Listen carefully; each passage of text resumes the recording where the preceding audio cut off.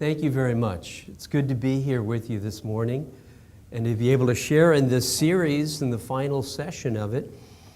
And Brandon shared with me about talking about Wesley, West End, and its future, witness and worship. And so that's the topic for today.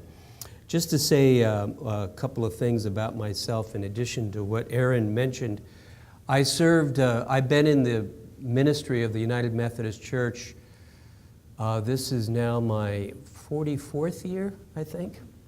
And I began in New Jersey serving as an associate pastor at a church in northern New Jersey. And then I went to serve as a missionary through Global Ministries in Argentina and served there for 9 years. And now I'm at Path One and also at the Upper Room. I split time between the two. My goal has always been to help churches make more disciples for Jesus Christ. And so Brandon mentioned particularly something he read in my book, which is called Roadmap to Renewal, about the church being a sign. And so I wanted to start off by sharing what caught Brandon's attention. I think there's ecumenical consensus among Protestants, Roman Catholics, and Greek Orthodox about the church that serves as a sign, a preview, and an instrument of the kingdom of God. Sign is something that has particularly developed in the life of the Church Universal over the past, say, generation and a half. Whereas there were many churches that thought of themselves more as a sanctuary, a place to retreat from the world in its being, the church since the 60s and the 70s has had a consensus about being more of a sign of the kingdom of God. And in other words, kind of going from an inward focus to an outward focus into the world. And so what does it mean to be a sign?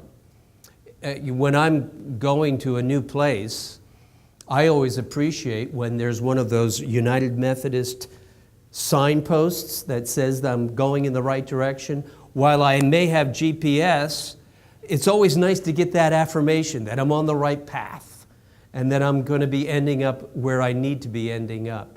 A sign on the road says that we're going in the right direction.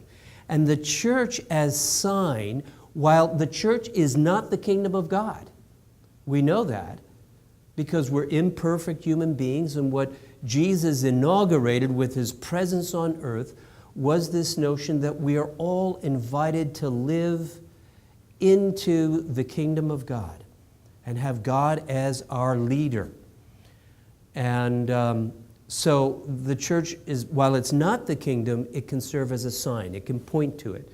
Through Bible study, through preaching, through whatever we do, we can serve as a sign for general society about God's kingdom. And this was particularly evident in that period of time in Christian history when the church was just a minority religious expression in the Mediterranean world. And when people were curious onlookers, what are these people who follow the way, who follow Jesus Christ? And when they got close enough to look at what was happening among these Christian communities, and they saw how they worshiped, they exclaimed, "Look how they love their God. Look how they love their God." In that way, the church was serving as a sign of the kingdom through worship that people could sense, they could feel, they wanted to be a part of it. Now, the church is also called to be a preview of the kingdom. That is, we're called to almost rehearse what it might be like when the kingdom comes in its fullness, because the kingdom It's the paradox of the kingdom. It's here right now, but it hasn't yet come in its fullness until everyone is on board with the principles and the values of the kingdom that Jesus preached about and taught about. But the church, through the fellowship that we share with one another, what the Greek word is the koinonia, that communion that we sense with one another, when it experiences that together, that love for one another, it can be a preview of the kingdom of God. It gives us a taste now of what it will be like when the kingdom comes in its fullness. Fanny Crosby, I think, made reference to this. She wrote that hymn, "Blessed assurance, Jesus is mine. Oh, what a foretaste." So we as a community in the church can be a foretaste of the kingdom of God by the way that we love one another. I remember going to a church in New Jersey, and I happened to be the guest preacher that day. And during the time of the announcements, there was someone during the joys and concerns who brought 2 baskets full of cards that were overflowing. It was his first Sunday back after being in the hospital. People wondered whether he would make it. And he had these cards that were sent by other members of the church, and they were overflowing. And I think in that moment, when all he could do was stand up and say, "Thank you," was that the church had a glimpse, a foretaste of what it's like to be a part of this kingdom, this love that we have for one another. And in the early days of the Christian church, when the curious onlookers would take a look at these Christian communities and wonder what was going on, and they saw how they loved one another, they could say, "Look how they love one another. Look how they love one another." So the church was serving as a sign, as a preview, and as an instrument of the kingdom of God. Because the kingdom has not yet come in its fullness, there's work to be done. There are justices that need to be righted. There is advocacy that we need to be involved with. And there are people who are suffering in the world that need relief. People called Methodists have always championed this part of what it means to be an instrument of the kingdom. All the hospitals that bear the name Methodist because people needed a place to get well. All the schools, the universities, the colleges that bear the name Methodist because younger people needed to be educated.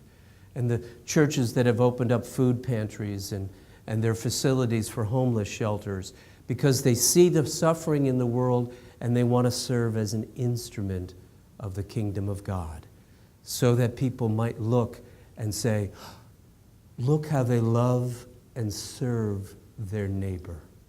Look how they love and serve their neighbor." So the church has sign, preview, and instrument, and I think particularly the way we worship God is a way that we manifest that love of God that can be winsome and can help others. How do we do that today, though? In an age of great transition, where differing perspectives of life from differing generations may have needs that don't always conform to the traditional way that we've always worshiped God. That's where we need to bring in Wesley. And we need to remind ourselves of who he was and what he did in the time that he lived. I know that Steve Manskar was a part of this church, Steve and Gina, and they just recently moved to Grand Rapids. My wife Tammy and I went on the Wesleyan pilgrimage to England to follow in the footsteps of John and Charles Wesley. And this statue of John Wesley stands outside of St. Paul's Cathedral in the city center of London. Some of you may have seen this statue. Now, it's particularly interesting that this statue is outside of the church. Many of the saints of the church, many of the great leaders of the church are actually buried right there in the cathedral, and they have, a crypt there with their names on it. But John Wesley is outside the walls of the church. He's in motion. He's carrying his Bible. He is on the move. And I think this typifies what John Wesley was. He died an Anglican priest. He was always an Anglican, but he was an innovator. And he was bringing the church, perhaps as a sign, as an instrument, as a preview of the kingdom, in different ways into the life of England during that time that he lived, starting particularly in 1738 and on into his entire lifetime when he died at the age of 88 in 1791. And so we need to remember that the early Methodists were innovators. It's part of what we are. And one of the things that Wesley did was he decided to become more vile. It's written in his journal. George Whitefield and others started to preach outdoors. And so he decided that he would try to do that. And on our pilgrimage with Steve Manskar and a lot of other people, we visited Bristol. And that's where things really started to take off for the people called Methodists in England, where they had kind of a headquarters. And it was in Bristol, England, that John Wesley decided to become more vile. What did that mean? There's actually a plaque in Bristol that commemorates the fact that this was the place where John Wesley decided to preach outdoors for the very first time. Now, where that plaque is located is within the limits of the city. At the time that he did it, though, it was on the outskirts of the city. It was really outside, out where the out of doors was. And of course, he did that, and he preached to factory workers who were on their way to work or coming out of work, and to miners, and he preached in town squares. And he termed it vile because it was not something that the traditional church had done. It was not something that people did, but many of the working class people in England at the time were not going to the Anglican church. They were not attending worship. And so he decided to go to the people. And he started to preach outside. Now, it also coincided with the fact that many churches were closing their doors to John Wesley. They didn't want him preaching inside of their churches anyway. And so this was a way for him to continue the movement, the Wesleyan movement, that really caught fire in England and caught the attention. When people said, well, how are we going to, they would meet together in societies, and they actually built buildings. They called themselves Methodist societies. They said, well, where do we go to get baptized? Well, you go to the church, which was the Anglican church. You go to get baptized there. You go to have the sacraments there. And the societies, you'd have a love feast where you had water and bread. But you go to the church because Wesley was always an Anglican.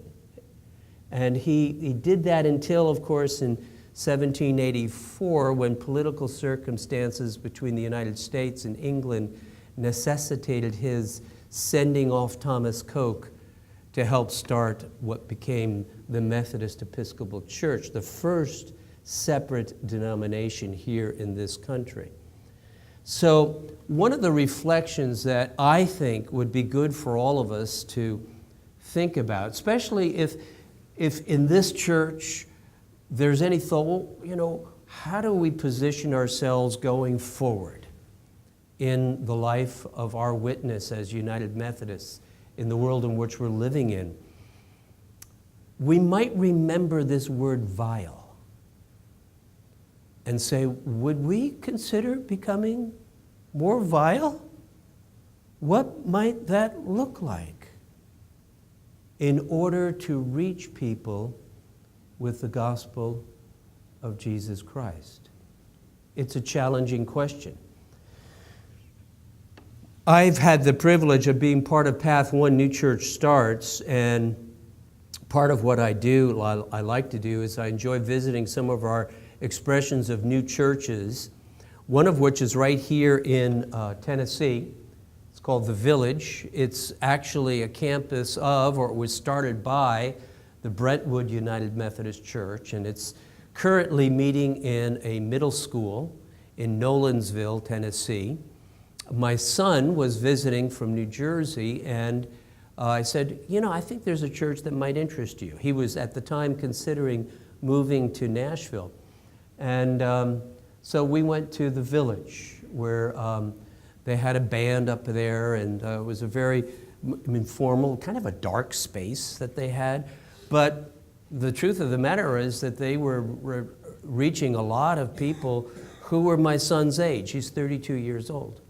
And younger and a little bit older, and it was something that he resonated with a lot. He ended up moving here, but he moved to a place that was closer to Providence Church, which is a church now about 10 years old, and so that's where he's attending in his worship service. But part of what new churches are doing are trying to reach the people who are not already attending one of our churches, trying to reach the people who are not yet part of our church or any church. And that's what The Village is trying to do. There's a story about a pastor who was starting a new church in Sioux Falls, South Dakota. His name is Adam Weber. In a second, I'm going to start this video. I wanted to get a little background story. Adam attended some of our Path One events over the years. We had a writer's retreat. We were trying to recruit him to be a writer. He ended up publishing with Zondervan. But there was a bit of a story, a backstory to how he got to that point. He was invited by his district superintendent and the bishop of the Dakotas to plant a new church in the Sioux Falls area, which already had a lot of churches, a lot of United Methodist churches. But they wanted to have a church that might reach more of the younger generation of people. And it wasn't going too well. I was told this by the person who had been his district superintendent when I was at a wedding in Fargo, North Dakota. And I met him after the ceremony, and I mentioned, about Adam. Well, we knew about Adam, and he said, oh yeah, let me tell you the story about that. We're about to pull the plug on that new church. That means that the conference was so frustrated with its lack of progress that they're about to pull out of the funding for that new church plant when the DS and the congregational developer for that conference decided, well, maybe he just needs a new coach, and decided to change coaches.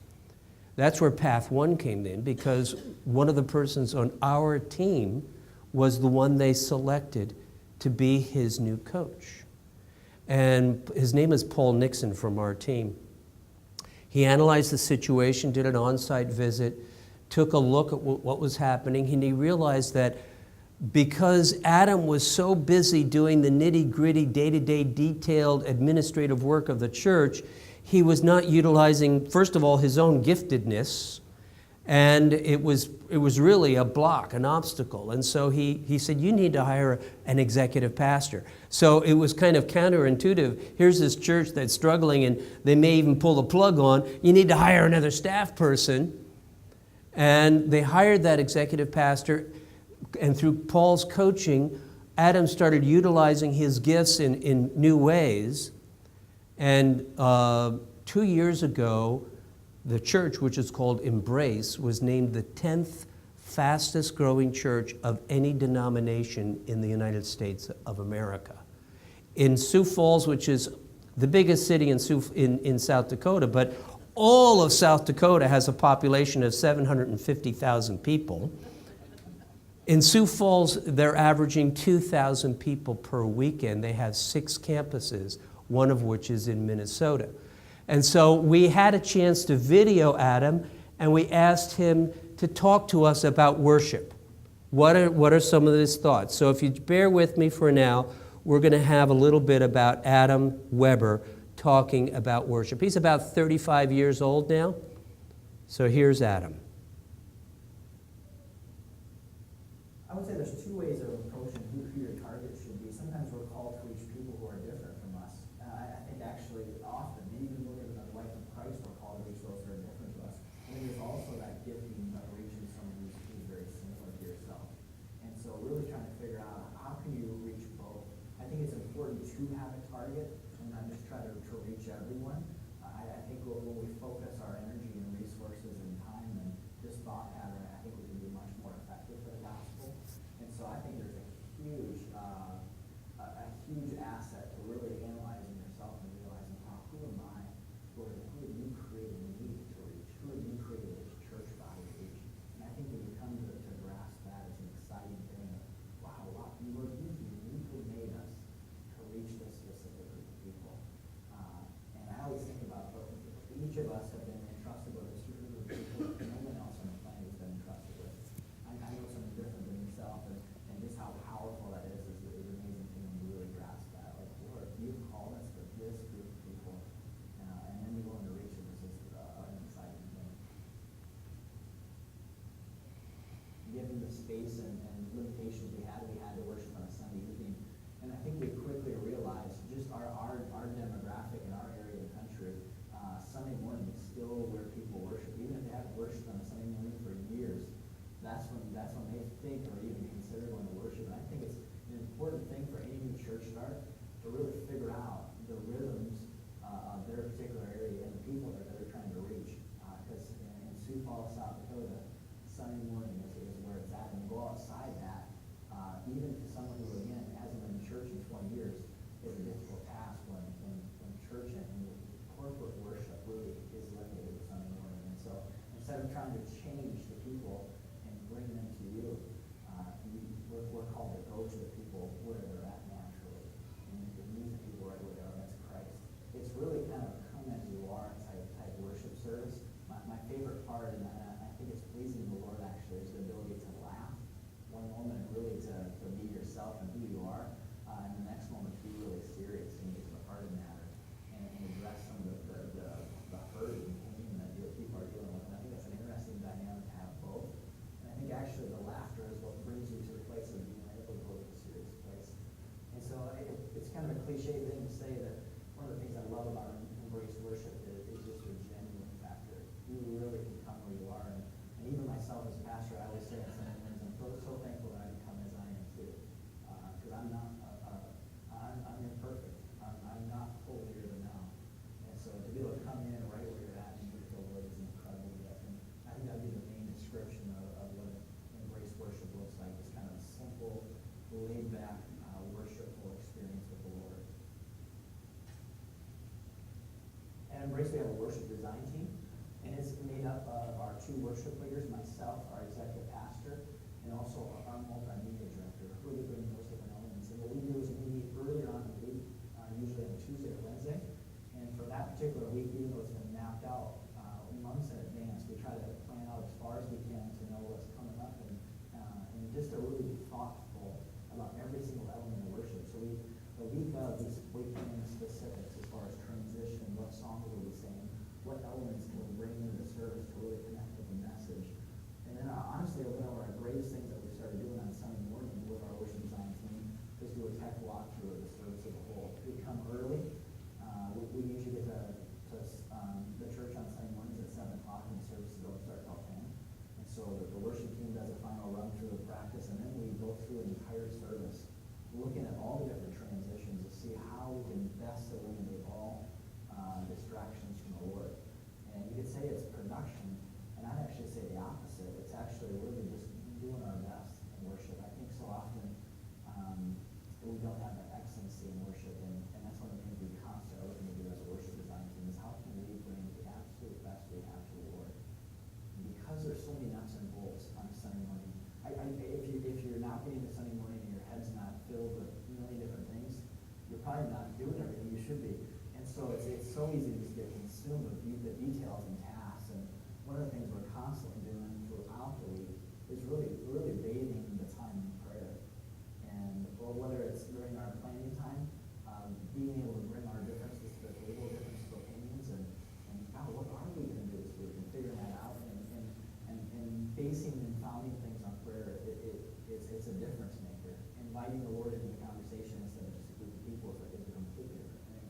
And on Sunday morning, it's the same thing. God, okay, we have all these different tasks, and we've done our homework leading up to this, and because of that, we can now hand everything over to you and trust you with this morning. And if things don't go well, we've done everything possible to be prepared. And now it's your turn to take over. And you just do your thing, Lord, and we'll just back out of the way. So that's been a huge, because it's so easy just to get consumed with the task. And really doing your homework is what's wonderful. When you've done your homework, you get Sunday morning, and it's just like, hey God, I hand everything over to you, and now we just get to sit back and enjoy ourselves.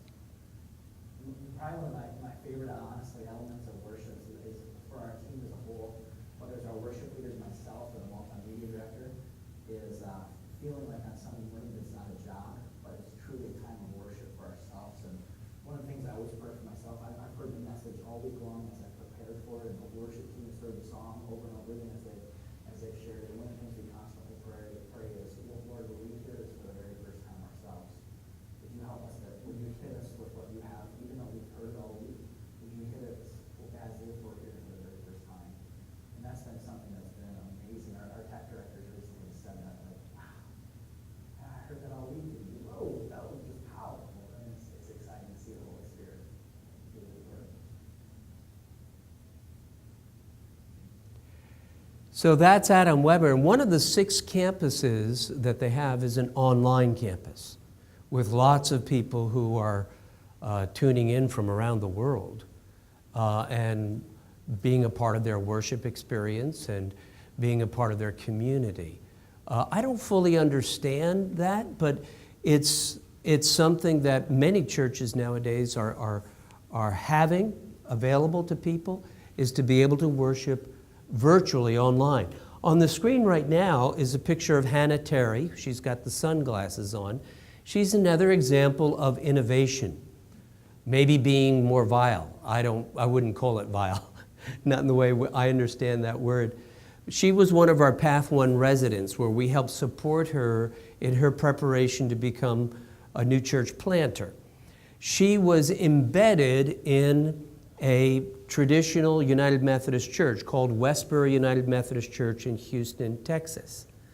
And she was in intentional community with several other young adults, and they decided that they would live by a rule of life, and Wesley gave us a rule of life. The rule of life that Wesley gave us is do no harm, and stay in love with God, and do good. That's basically the rule of life that he gave to the societies.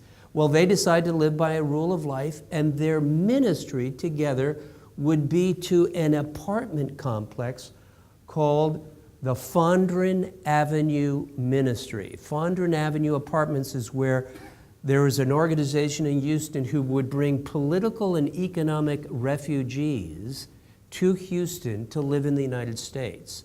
These people who are on the screen were part of a group that had originally lived in Congo, were forced out of Congo due to civil war, went to Rwanda, were in a refugee camp, and the Houston organization paved the way so that they could come to Houston and live. Well, many of them didn't know the English language. They didn't know how to navigate life in the United States. So Hannah and her team of people helped them to get acclimated into the United States. They are a pastor to these people.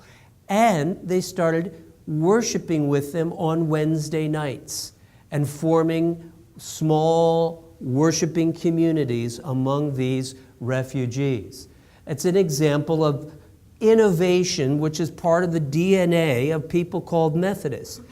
Now, this is a little bit of a dark slide here. It shows Union, which is a coffee house. It's in Dallas, Texas. Started by a Methodist minister who was originally from New Jersey, now living in Texas. I knew him going back to the days when we were both in New Jersey. And basically, this is a coffee house that tries to sustain the ministry by the income produced by the coffee house. It's open 7 days a week from 7 a.m. until 11 p.m.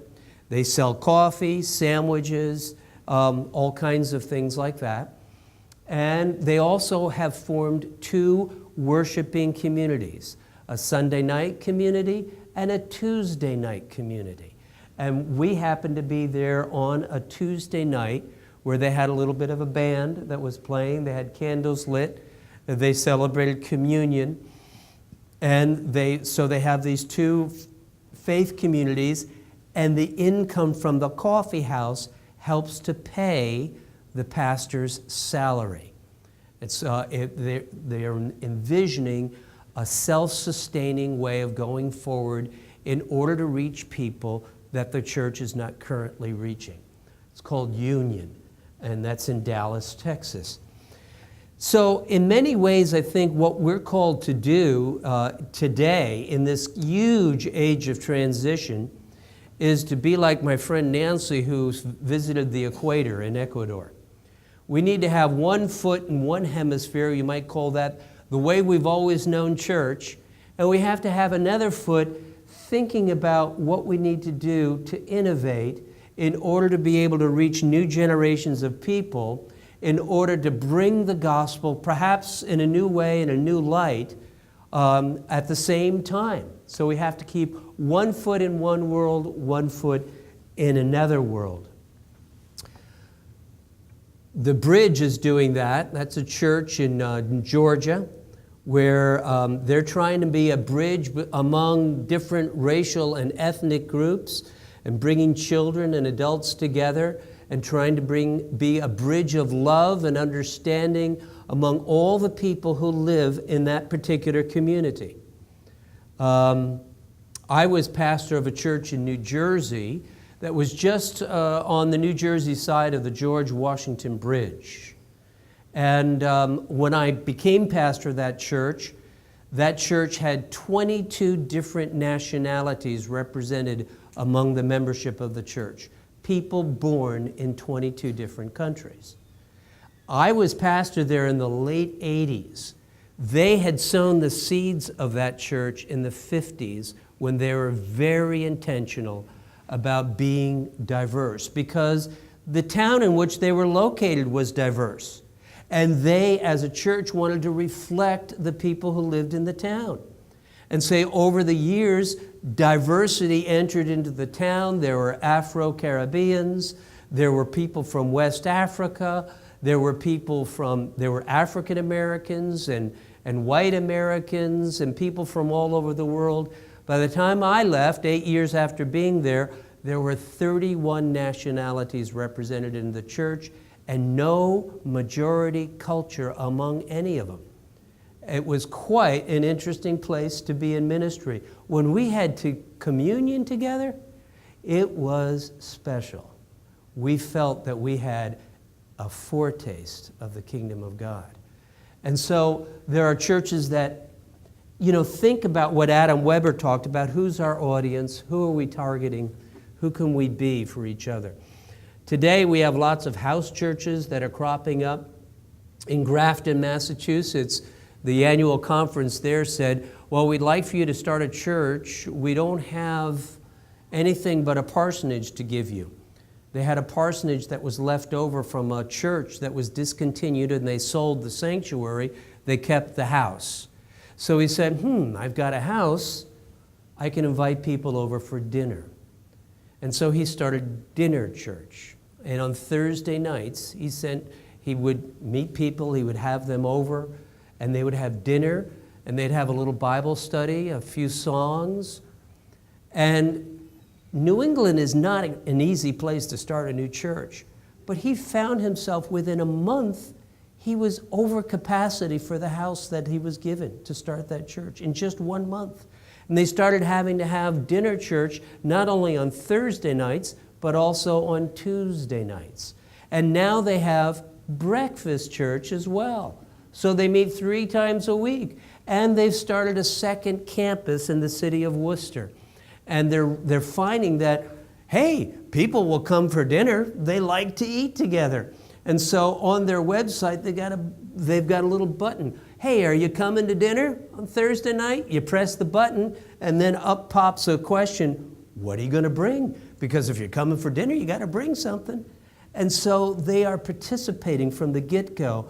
And that church is now reaching people that the church, as it has been, has not normally reached. It's called Simple Church. They call it Simple Church because it's not just dinner church. It's breakfast church. I imagine they could have a lunch church too.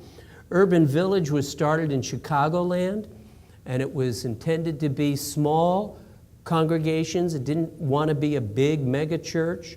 They kind of are thinking about a church that might have 150, 200 people in it. And they also wanted to be multi-site from the very get-go. So within their first 4 or 5 years, they've developed 4 campuses in different parts of the city of Chicago. Each one, I went to one of their campuses. I was by far and away the grandfather.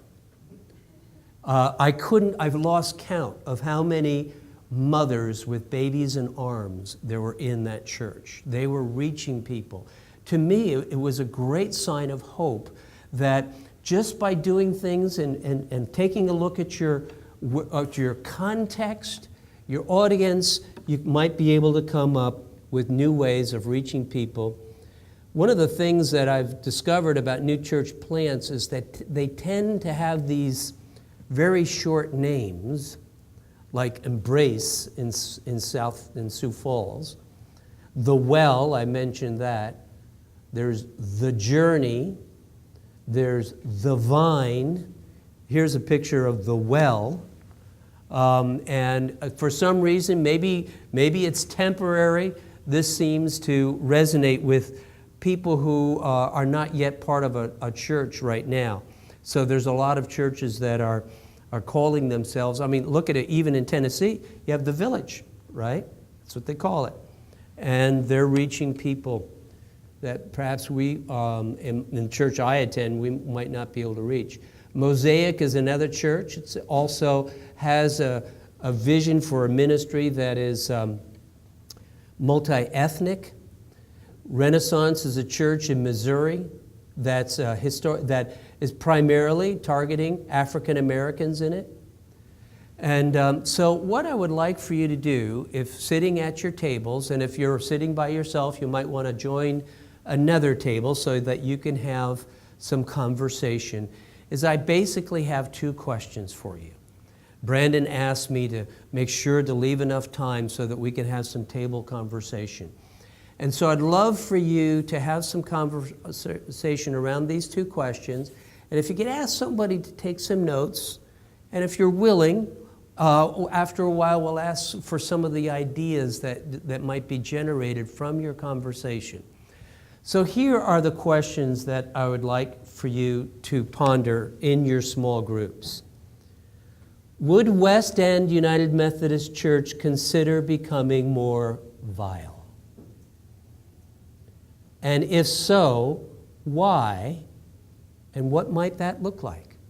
Those are the questions for you in the context of this conversation about worship, about Wesley, and about the future of the church. So in your tables, if you could respond to those 2 questions, take some notes, and we'll ask, in about 10 minutes, we'll ask for people to help us out by giving some feedback.